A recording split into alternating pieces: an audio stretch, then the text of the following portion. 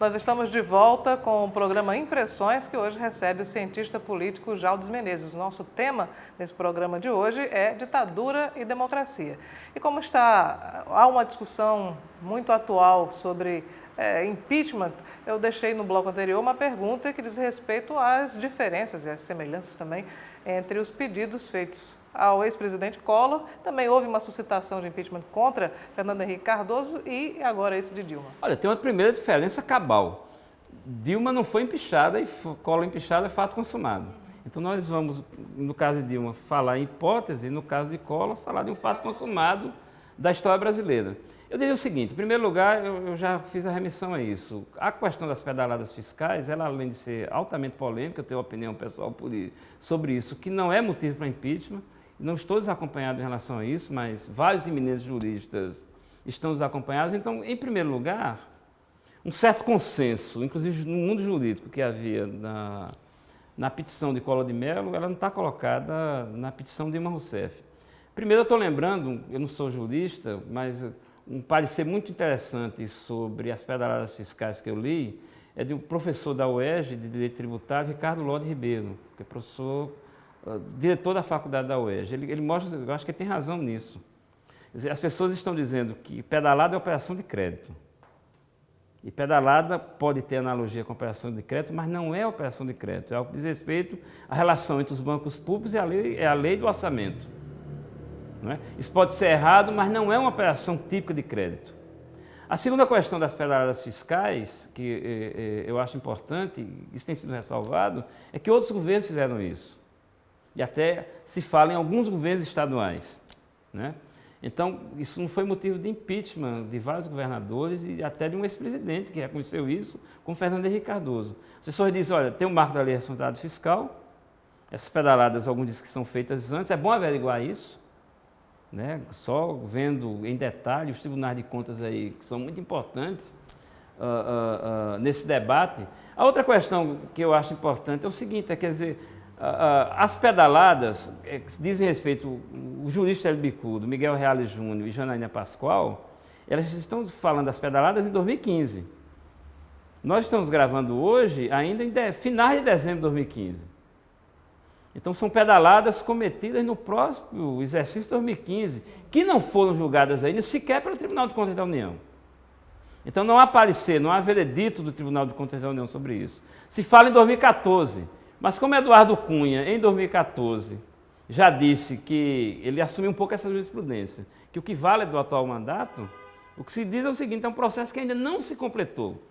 Pedalada em 2015. A outra é o seguinte, a discussão que houve no Congresso há poucos dias sobre o teto do orçamento, o teto da meta, que hoje é de 127 bilhões de reais. O que cobre, digamos assim, a ideia das pedaladas. Eu não vou entrar muito nessa celeuma, nessa polêmica, mas o fato é o seguinte, as pedaladas são polêmicas jurídicas. E segundo, em sendo essa polêmica nesse grau, vira pretexto. Vira pretexto. Está entendendo? Nós vamos retirar, que isso é um ato de extrema violência do Estado. O Estado tem o monopólio da violência. Vamos acabar um mandato que se chegou à metade, por algo que não está cabalmente consensuado juridicamente. E, em segundo lugar, que não é dolo direto da Presidente da República, mas é algum ato que, digamos assim, subalternos dela, no caso o ministro está fazendo, o ministro do Planejamento, cometeram, e são questões que estão na ordem do dia. Por isso que eu acho, aliás, que fala isso sou eu, Fernando Henrique Cardoso, dá uma entrevista bastante instrutiva no Valor Econômico há poucos dias atrás, que ele diz o seguinte, olha, pedalada e impeachment ainda não desceram para a população. Primeiro que o assunto da pedalada tem um certo grau de complexidade, é diferente do Fiat Elba, é diferente de um cheque assinado, pessoal, de gastos. Todo mundo entende. Isso todo mundo entende. Olha, se uma coisa é altamente polêmica em pessoas do direito financeiro e direito tributário, imagine, diz respeito inclusive, esse detalhe é importante, diz respeito inclusive a escolas econômicas da maneira que interpretam a questão do orçamento. Isso não é consensual.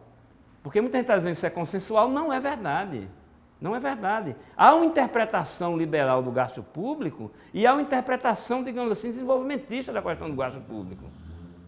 Então, vê bem, há todo um cipoal de questões que não tem a imediaticidade de um dolo pessoal. Fernando Henrique Cardoso diz isso, ele disse, olha, a questão do impeachment, eu falei isso há 15 dias, a questão do impeachment e a questão das pedaladas são de difícil compreensão no molde que está posto para a maioria da população hoje. Agora, o que a população entende é que o Brasil vive um momento econômico difícil, que a presidente traçou um panorama que não se concretizou quando ela foi reeleita. Há uma reclamação generalizada por causa de corrupção, isso já na esteira da Petrobras e outros escândalos que surgiram por aí. E aí eu gostaria de saber, professor, da sua opinião a respeito desse movimento todo que há de rejeição à presidente Dilma e como isso tem sido levado também por aqueles políticos, por exemplo, Eduardo Cunha, que se contrapõe à presidente. Olha, impopularidade de governo não é motivo para impeachment. É indiscutível, neste momento, a impopularidade da presidente Dilma pelos motivos que você citou aí, inclusive outros. Eu estou lembrando aqui do governador Ricardo Coutinho, que ele, de maneira simples, ele resume a questão do perigo do impeachment de Dilma através desses pretextos hoje. Ele diz, quer dizer, o Brasil vai se transformar numa grande Santa Rita. Porque, veja bem, aqui é uma escalada, é um meio efeito dominó. Se você tira a presidente da República como argumento polêmico, como os das pedaladas, você pode tirar o governador, pode tirar o prefeito. Então, nós vamos ter no Brasil... Um clima de instabilidade geral. O próprio presidente vai criar um clima de instabilidade. O próprio futuro presidente Temer, afinal de contas, ele é vice-presidente da República, ele foi eleito na chapa da presidente Dilma, não é? A ideia, quer dizer, em certo sentido, ele compõe o staff, claro que não diretamente, o staff de poder. Então, eu não quero ver o Brasil, com todo respeito a Santa Rita, que é uma cidade muito importante da Paraíba, mas eu não quero ver o Brasil politicamente no grau de estabilidade política de uma Santa Rita. O Brasil precisa de estabilidade. E, nesse sentido, eu acho que esses setores de oposição que estão clamando pelo impeachment, eles não estão pensando na estabilidade do país. Agora, esses reclames do povo, boa parte deles estaria incluído numa reforma política profunda que os parlamentares eles não se dispuseram a fazer. O senhor acha que com esse quadro todo de acirramento pode sair reforma política? Você lembra uma coisa importante, Eduardo Cunha cometeu, a palavra é essa, cometeu uma reforma política desse ano 2015. Mas eleitoral que é uma reforma política, mas eleitoral, mas vê bem, mesmo sendo uma reforma eleitoral, é uma reforma que reforça o status quo, em vez de corresponder aos anseios populares por um novo estatuto político para o Brasil. A reforma política de Eduardo Cunha é uma reforma que diminui o tempo de rádio e TV, que eu acho que é um absurdo. Já uma despolitização grande da sociedade brasileira e a redução do tempo de rádio e TV aumenta essa despolitização, o tempo de campanha diminui. Ou seja, o que se fez ali no Congresso e no Senado foi legislar em causa própria. E a discussão da reforma política no Brasil, ela tem que vir de baixo para cima ou não virá. Porque você coloca bem, Cláudia, a reforma política ela está além da questão dos procedimentos eleitorais. Os procedimentos eleitorais são importantes, mas eles são consequência da reforma política. A reforma política no Brasil ela teria que ter, em primeiro lugar, um viés de republicanismo, né, que não está colocada por esse sistema político. Tem um viés, inclusive, de reformatar esse presidencialismo de coalizão. E esse viés, necessariamente, ele tem que se confrontar, tem que entrar em choque com setores importantes do status quo. Pela sua visão, pela sua experiência, qual o futuro do governo de Dilma Rousseff? Pode-se pensar, quais as chances dela chegar ao último dia do mandato? Olha, eu não sou profeta. Eu acho o seguinte, o governo Dilma tem uma batalha neste momento decisiva pelo impeachment. A questão do impeachment está colocada porque o presidente Eduardo Cunha aceitou, porque vai haver uma comissão especial. A primeira batalha é a batalha para a aceitabilidade ou não do processo do impeachment pelo pleno do Congresso. Ela tem que ter no mínimo 173 votos. Isso é uma grande batalha. Uma batalha que só ocorre em um momento de crise política, de crise econômica. Com aquele placar da comissão especial que deu aí 199 ali está no fio da meada, está no fio da navalha. Está no fio da navalha. Hoje, eu diria, o fator indireto que beneficia a presidente Dilma é a divisão do PMDB. Porque se o PMDB se une, indiscutivelmente há uma dificuldade. E o outro, que é algo discutível, que a ideia do impeachment não colou até agora. Claro, se a crise vai se aprofundando, talvez cole no próximo ano. Meados de 2016, talvez cole. Mas nesse momento essa ideia não colou, não tem apoio popular, claro. Pode ser que alguma pesquisa saia aí com a população favorável ao impeachment, mas é porque ela está meio consociando a ideia da crise econômica à ideia do impeachment. Né? Pode ser. Agora, veja bem, vencida a batalha do impeachment, caso Dilma vença, o governo tem a batalha da crise econômica.